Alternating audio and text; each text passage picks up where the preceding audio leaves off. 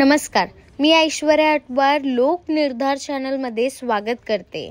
सिंधुदुर्ग जिल्हा आरोग्य विभागातर्फे दिनांक 3 सप्टेंबर पासून जिल्ह्यातील प्रत्येक आरोग्य उपकेंद्रामार्फत BCGLS हा उपक्रम राबविण्यात आला आहे।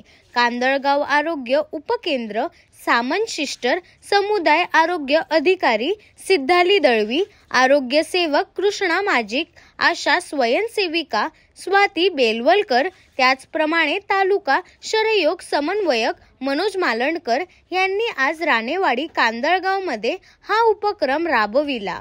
त्यावेळी आरोग्य कर्मचारी यांच्या सोबत राणेवाडी ग्रामस्थ मोठ्या संख्येने उपस्थित होते।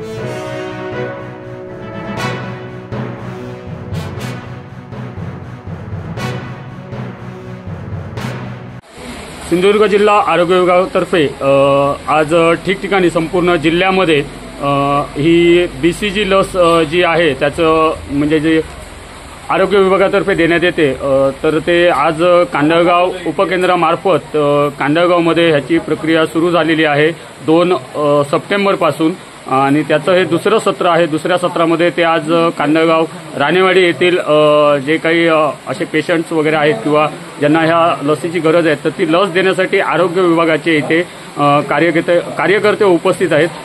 एकंदरीत ह्या उपकेंद्रामार्फत आणि सिंधुदुर्ग जिल्हा आरोग्य विभागामार्फत त्यांचा हा जो काही उपक्रम चालू आहे तर त्याबद्दल अधिक माहिती त्यांच्या इथे जे कर्मचारी आहेत शासकीय त्यांच्याकडून पुढे आपण जाणून घेऊया।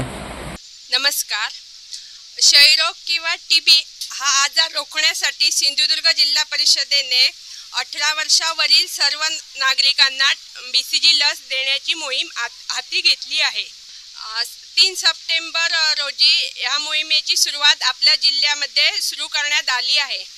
आमचे प्राथमिक आरोग्य केंद्र मसुरा उपकेंद्र कांदळगाव अंतर्गत दिनांक 4 तारीख रोजी कांदळगाव येथे 44 नागरिकांना BCG ची लस देण्यात आली आहे। तसेच आज दिनांक 24/9/2024 रोजी कांदळगाव राणेवाडी येथे BCG लसीकरण सेवा सत्र आयोजित करण्यात आले आहे।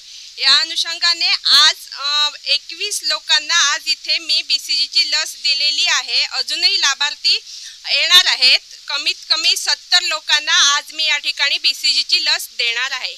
ही लस ही सर्व नागरिकांना देण्यात येणार आहे।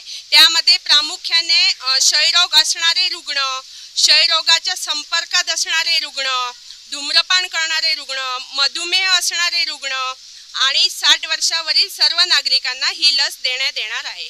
आता सध्या हा उपक्रम आजपर्यंत सलग 3 महिने आम्हाला पात्र लाभार्थी पूर्ण करण्यासाठी 2 महिन्यात हे लसीकरण पूर्ण करण्यासाठी सांगण्यात आले आहे।